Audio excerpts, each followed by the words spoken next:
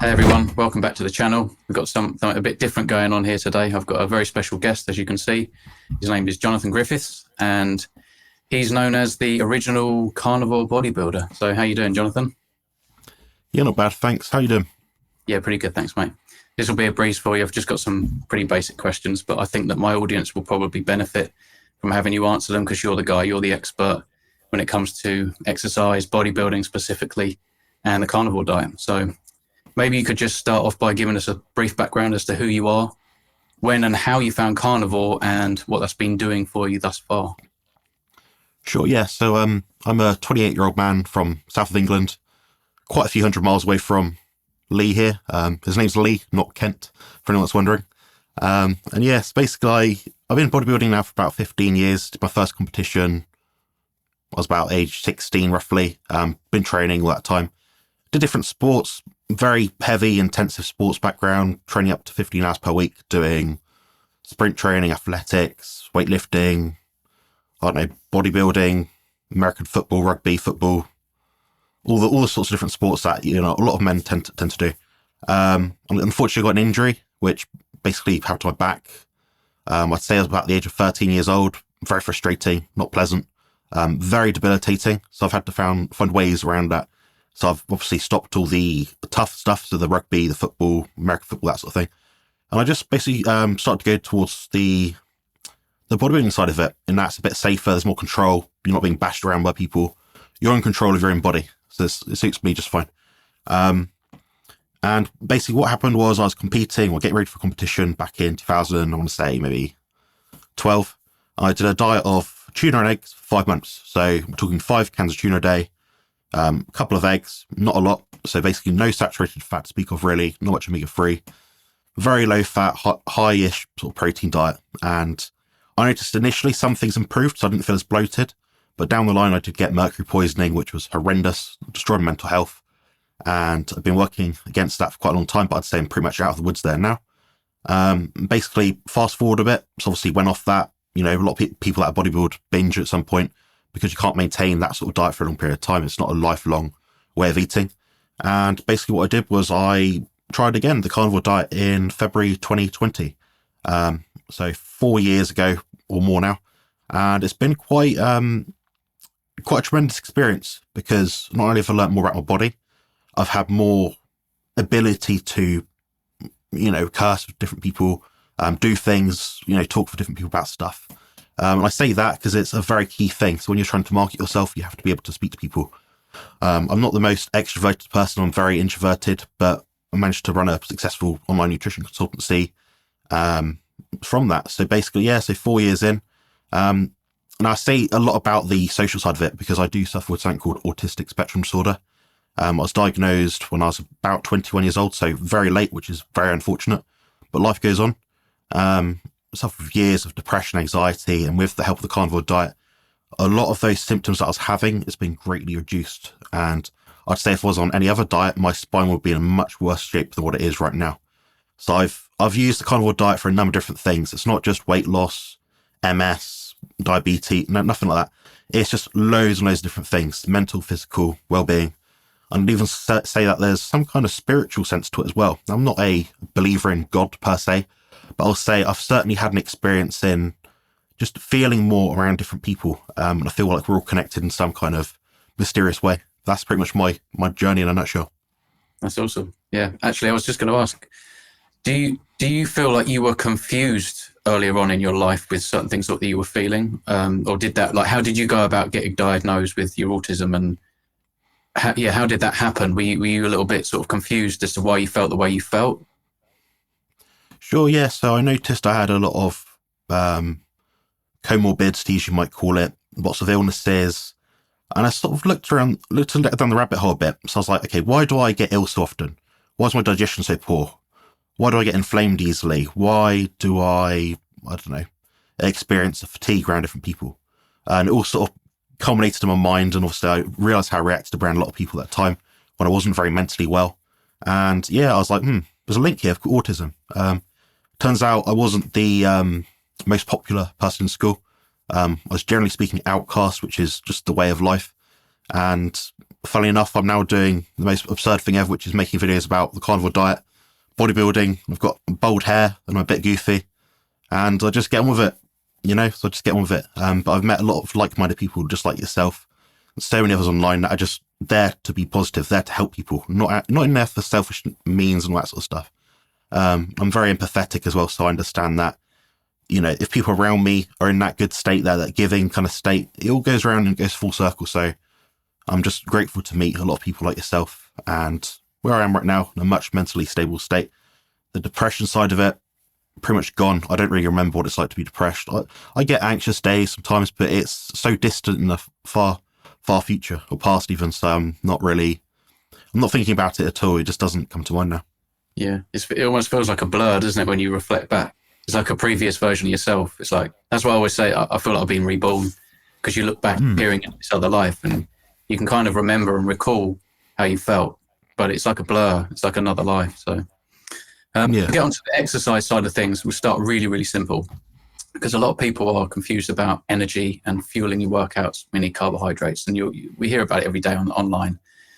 It's probably getting a bit old for you, but do we need any carbohydrates for any kind of fuel to get in a good workout, whether it's HIIT training, cardiovascular training, bodybuilding, strength and conditioning? What's going on there? Good question. So the short answer is no. The main reason why is because of a process called glucogenesis, which the conversion of non-carbohydrate sources, i.e. protein and fat, and a few other things, into glucose. We do have an absolute requirement for glucose, but it's not the hundreds of grams that the RDAs might suggest. It's probably a few grams here and there, just sprinkled in just for the brain to operate. We can get that through protein and fat just fine, as long as we're eating. Now, if we're not eating enough protein, not enough fat, then you're going to have problems. Just like with any diet, if you miss out the essential macronutrients, you're not going to feel good. Now, we have some interesting literature from Finney and Volek, dating back, I want to say maybe 20 years. And they basically got long distance athletes to do their stuff. And they were in a, carbohydrate state or a carbohydrate-free ketogenic state. And they found people in a ketogenic state actually had excellent results in their long-term, long-distance endurance runs, bikes, all that sort of thing. And I've met other people along the way, Zach Bitter, Richard Smith, also from UK, who have experienced the same thing. So now, why do I bring up this study? Why am I talking about long-distance athletes? How does that translate to high-performance athletes that perhaps resistance training, high-intensity training, that sort of thing? Well, the thing is, a person that's running for about 6 hours straight or more is going to have a higher requirement for energy than a person who's doing a 45-minute to 1 hour moderately intense workout in the gym. These people that we see, doing long distance runs, if they're eating carbohydrates, they're carbing up. They have to eat a lot of food beforehand. They're not eating just a bowl of cereal. They're eating a lot of food, like 10 bowls of porridge, with sugar on it and donuts and all sorts of crap, Skittles, dextrose tablets. They need a lot of food. Now, if we're in a fat adapted state, we can access the fat on our body, provided we give our body enough food in the first place so we don't get too lean. And that'll sustain us just well. So I believe if we're talking about calories, there's something like, might be wrong here, something like 80 to 100,000 calories in the average adult male in terms of body fat. Now, if we're someone that's using carbohydrates for fuel, we're limited in terms of our accessibility and ease to use and utilize the carbohydrates in our body through glycogen. Now, that stores at around about, depending how big you are, whatever, 400 to 600 grams in the muscle and about 70 grams in the liver. So if you translate that to a long distance run, a person doing a long distance run will not succeed if they're doing just a diet made up of what they're eating the night before. They have to snack and add in food to what they're doing throughout the races. So there's definitely a benefit to the long distance stuff.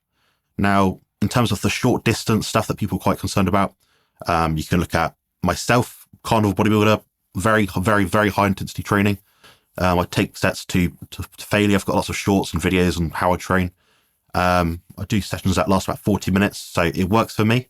And I'm actually in a cutting phase or a fat loss phase right now, and I could still train really hard in the gym. So it tells me I'm fat adapted. I'm using my body's stored body fat. Other examples, Dr. Sean Baker, indoor world record holder for, indoor rowing. That's one example. There's so many other examples like this. So I'm trying to think who else now. I mean, there's actually a few sprinters I know of, and there's actually some rock climbers that I know of. Or I believe one of, or the best rock climber in the world is actually on a carnivorous diet. So it tells me you've got a whole bounty of people that are using it. The unfortunate thing is a lot of people won't talk about it. They won't give away the secret.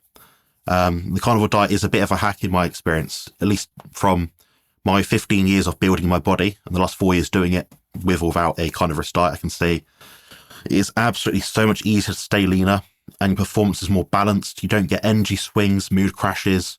Your sleep's better because you're not putting inflammatory junk in your body, better nutrient assimilation, and all that kind of stuff. So for me, I've noticed everything tends to just, is like fine-tuned. Everything's like perfect. So I go to bed at night, I'm rested well.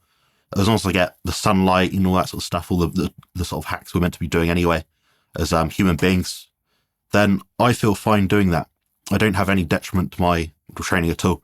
Now, I actually did a study. I say study, it wasn't strict in that sense, but it was, I measured what I could. I was very honest with my results and what I did. And I did a 3-day meat, fruit and honey experiment. So I equated the calories. So the calories were, I can't remember whether they were, you can look up that video.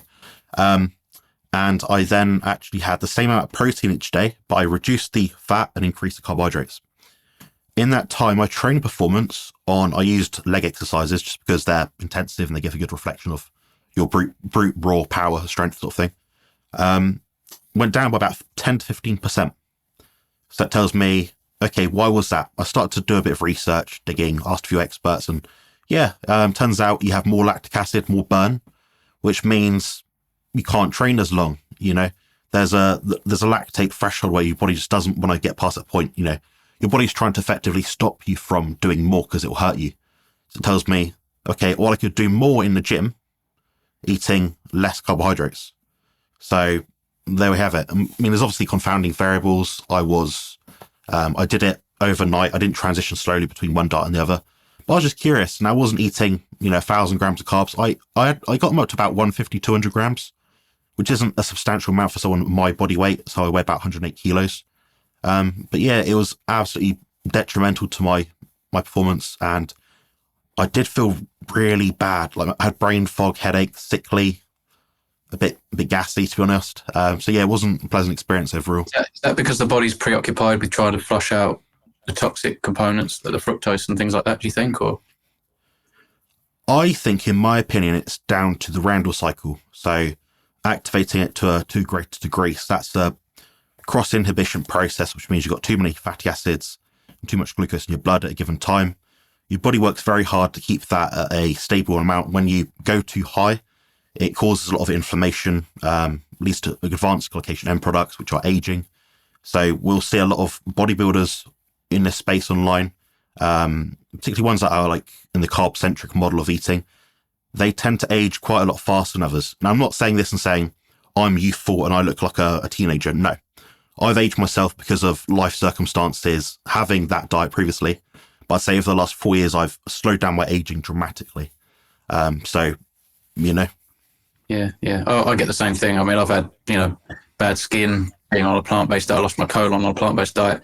I'm sort of still living with the scars, and people say, oh, well, your skin doesn't look great. You've got to have this other surgery, whatever. It's like, yeah, but I'm still paying for the previous lifestyle that's kind of put me in this position. Absolutely.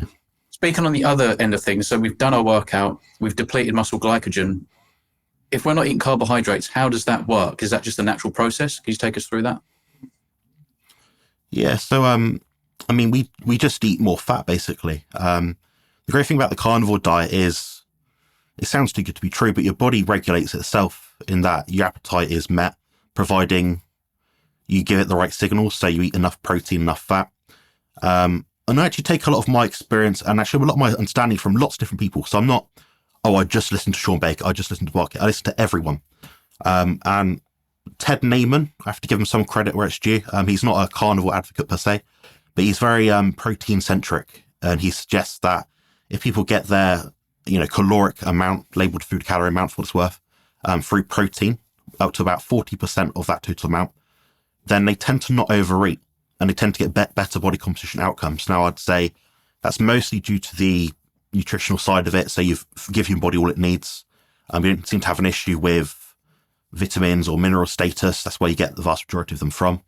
You give your body the fat as well. So you balanced out any potential blood glucose spikes you might have from the extra protein if you're eating too much. But yeah, the fat basically just gets transmuted into glucose as per requirement.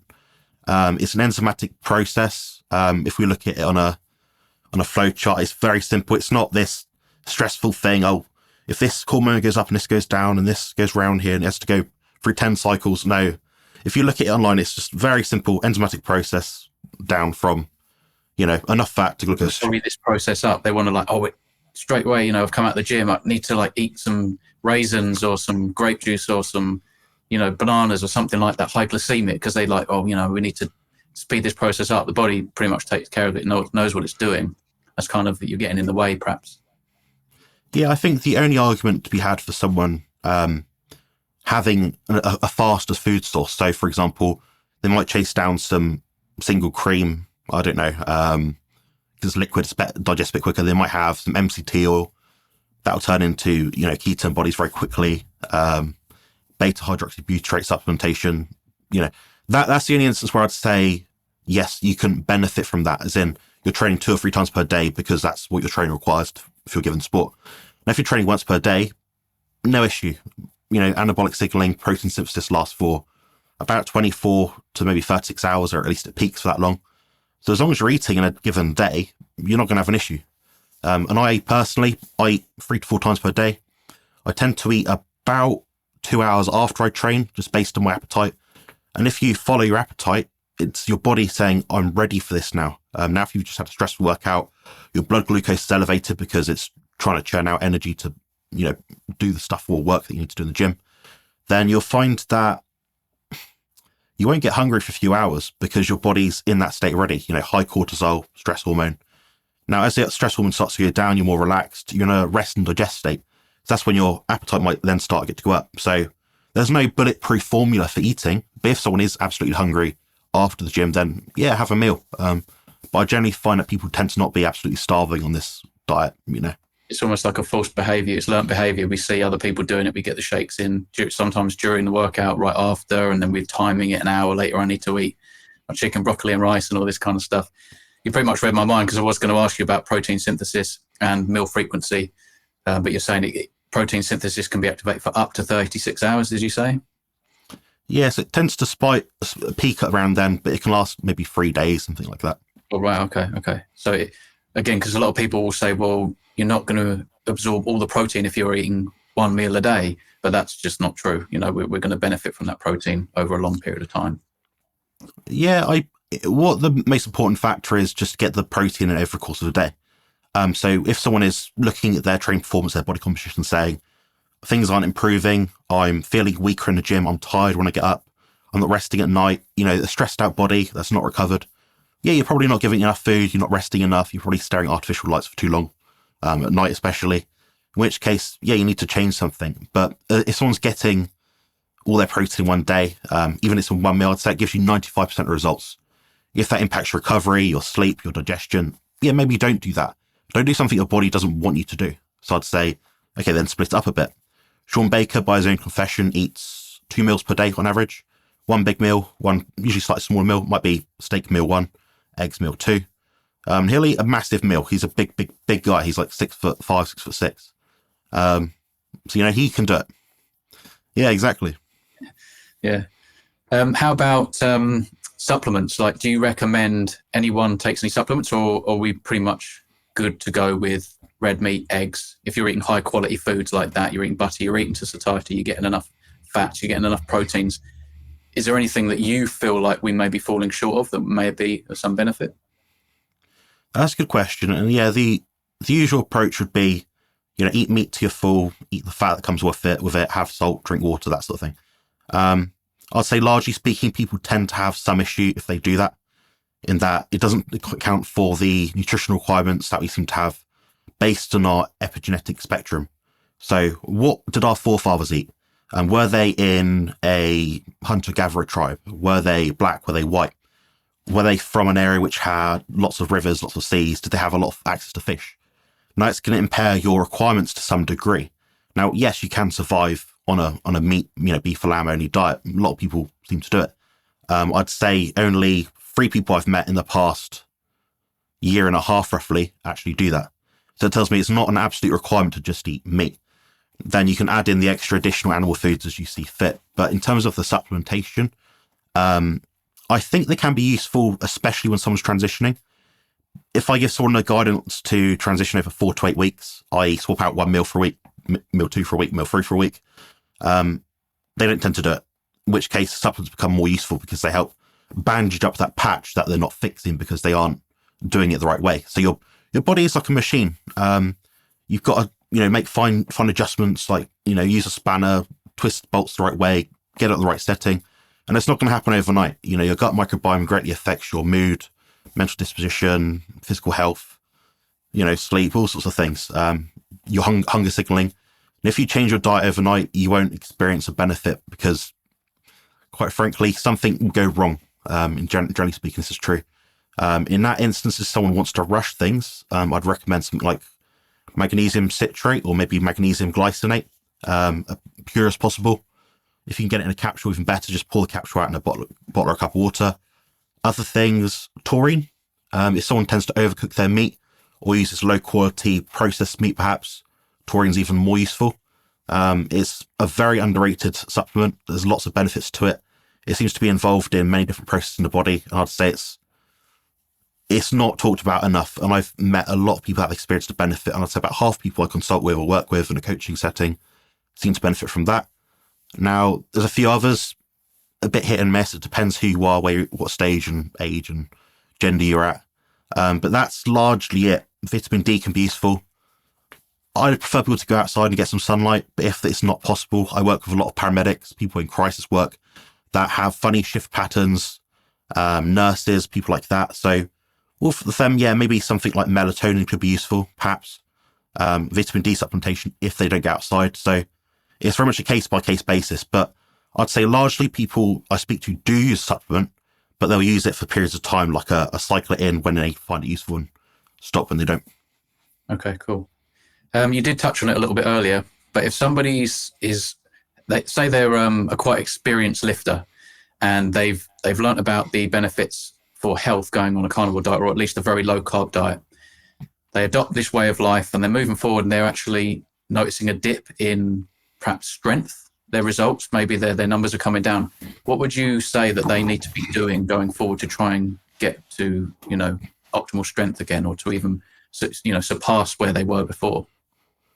Sure. So I've usually got like a hierarchy of troubleshooting in that things I find to be the most probable causes of that issue. The first one is adaptation period. I adapted very quickly. Within a week, I was back up to my normal lifts.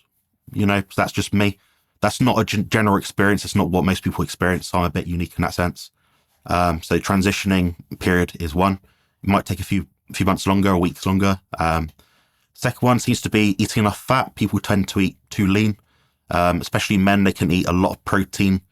So, they'll be having chicken breasts and think, oh, that's the carnivore diet. And yeah, strictly speaking, it's true, but you're just not eating enough fat. So you come from a diet where your given macros were 200 protein, 200 carbs, 100 fat per day.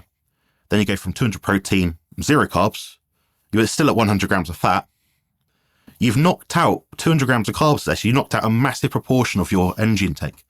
So I'm a big fan of tracking things initially because then you know where you're at.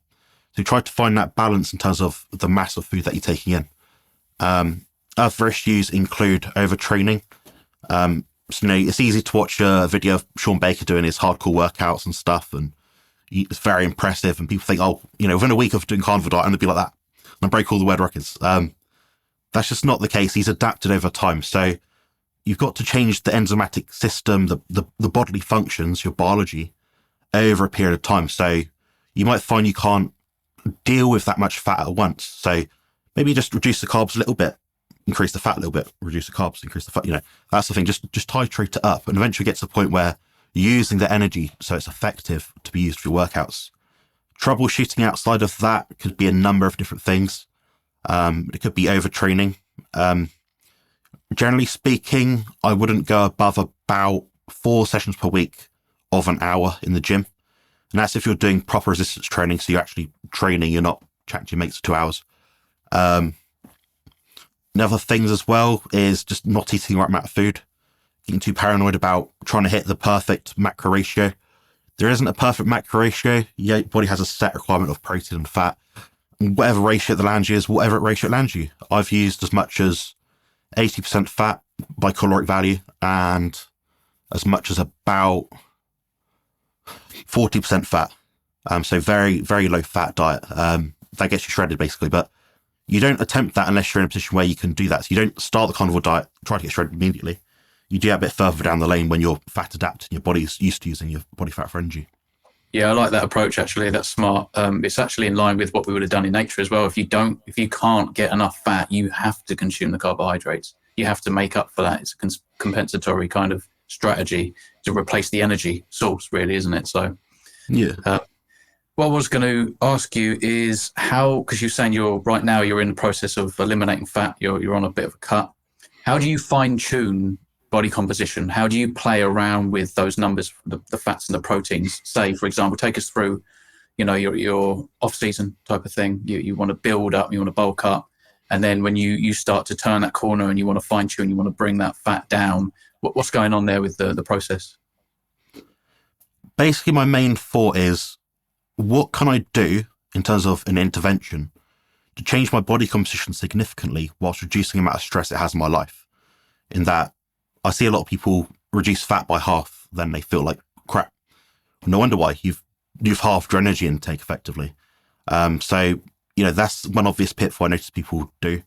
The main thing is just getting your protein right at the start. And what I'd say is, by the end of your, gaining period, bulking period, whatever you want to call it, massing period, you want your intake to be as high as possible. You don't want to be starting when you're just about maintaining weight. You want to be starting when your, food intake is really, really high. So any cuts you do make in your fat perhaps is less significant, less impactful towards your sleep recovery day of life. And generally speaking, I'd say a comfortable rate of fat loss is about 0.5 to 1% per week for your total body weight. So a 200-pound person can lose up to about 2 pounds per weight, quite feasibly, providing they're not already shredded, and they'll be fine with that. And it'll get to a point where they get very lean, in which case they'll have to make more steep cuts in their fat intake. I tend to keep protein about the same. If not, if someone gets particularly hungry, I'll actually leverage it slightly. So they might start at, for example, 200 protein, 200 fat. Maybe they go up to 210 grams of protein by the end of, say, 3 weeks. They might be down to 160 fat.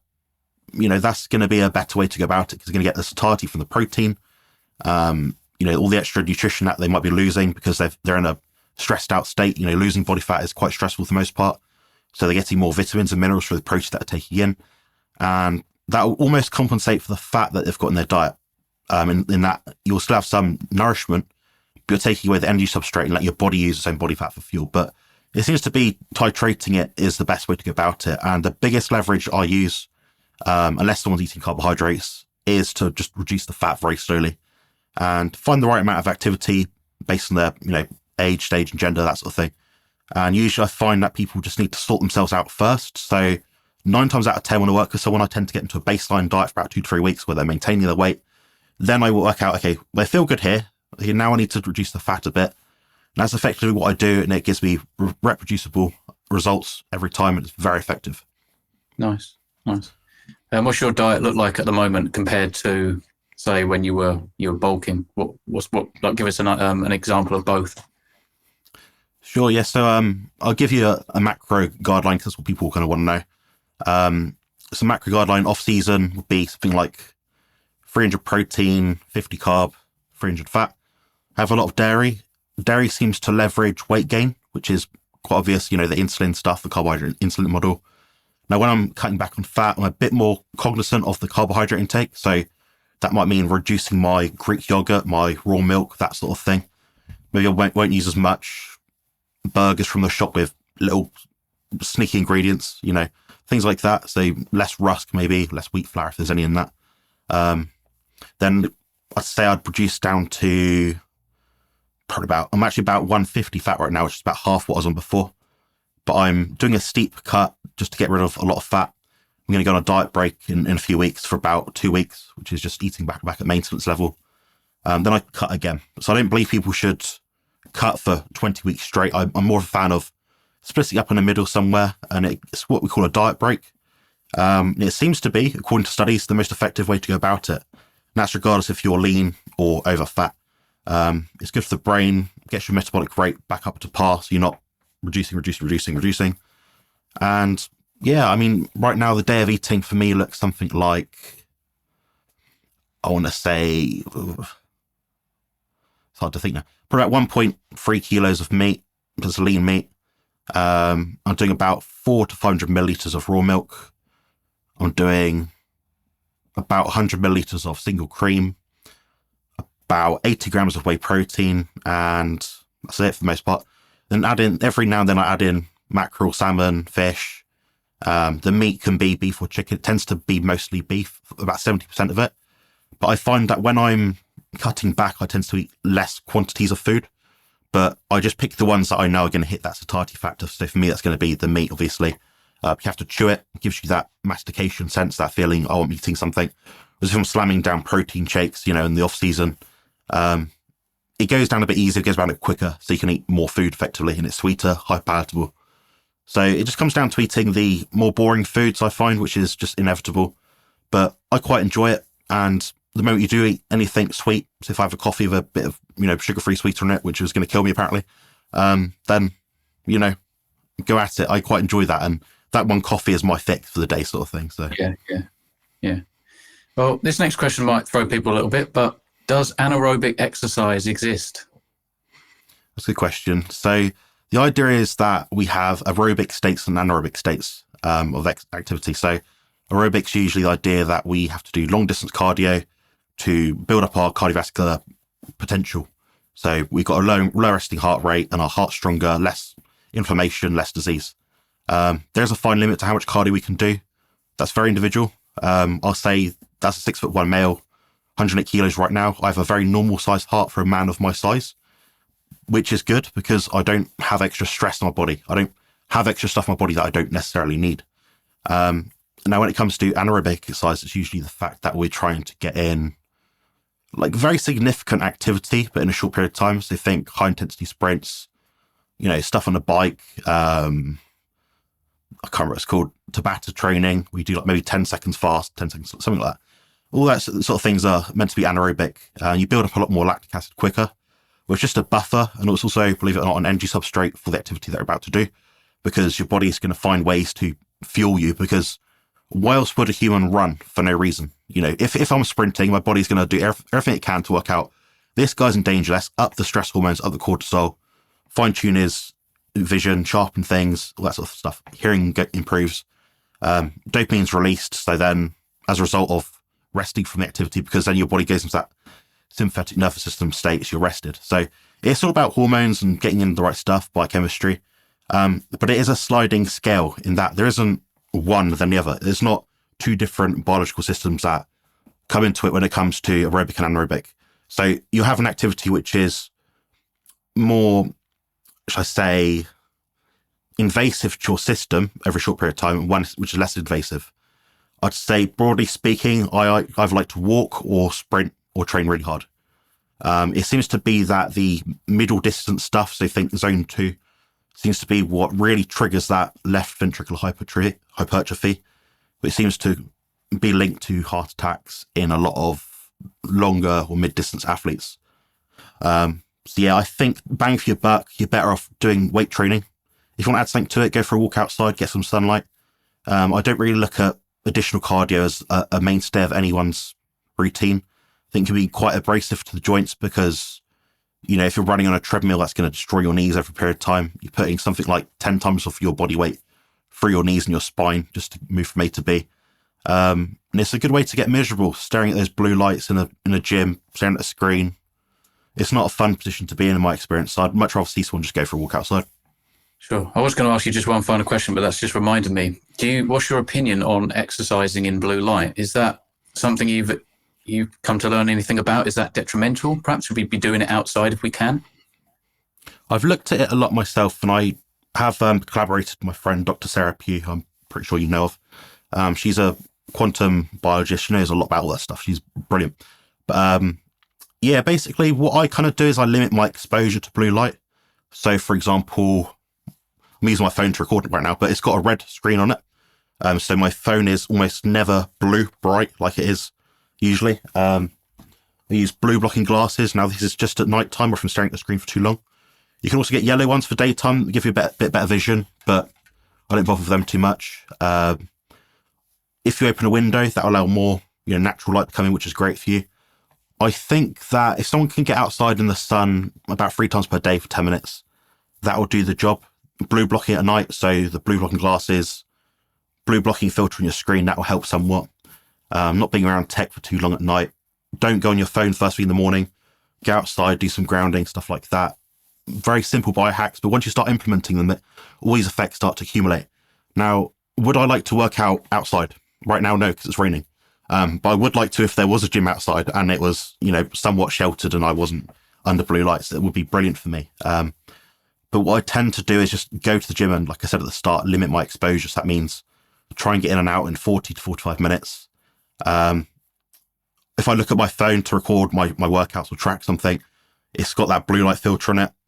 I don't look up at the light when I'm training because that's bright and that's going to overstimulate me. I'm autistic. I'm very hypersensitive to light, sound, smell, touch. So I'm very sensitive to that. So that's a big biohack for me as an individual. Cool. Lastly, just a trivial one, really. Who are your top 2 bodybuilders and why? Good question. My first favorite is Cedric McMillan, Black African-American bodybuilder. He passed a couple of years ago now, but he was a cool guy. I met him at a bodybuilding exhibition. Absolute god of a physique. Waist like 28 inches, shoulders like 30 inches wide, like absurd proportions, round shape, all that sort of thing. I've won, I'd have to say, either Sean Roden, Phil Heath, or Samson Dowder. So I don't really know. At the moment, it has to be Samson because he is alive and he is actively competing. So there we go. Nice. And lastly, where can we find you? Because you're the guy to come to. You offer a consultancy service. Where can we find you? And obviously, I'll list all that down in the description below. Cool. Cheers. Yeah. So you can find me at Carnivore Muscle, which is my YouTube channel. Just Carnivore Muscle. Look, it says here. The logo is that. There we go. My website is compositionconsultant.com. That's the best way to get in touch with me through there, book a consultation. They're very affordable. Well, I think so anyway. They're a lot cheaper than the average person or vegan nutritionist around here. So it sounds good to me. Diet plans, training plans, coaching plans, ebooks.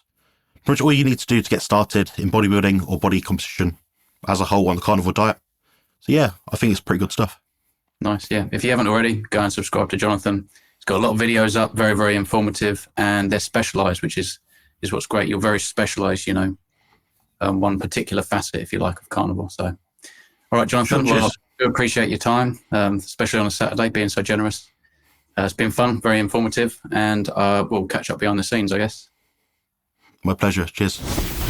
Build muscle and lose fat on the carnivore diet.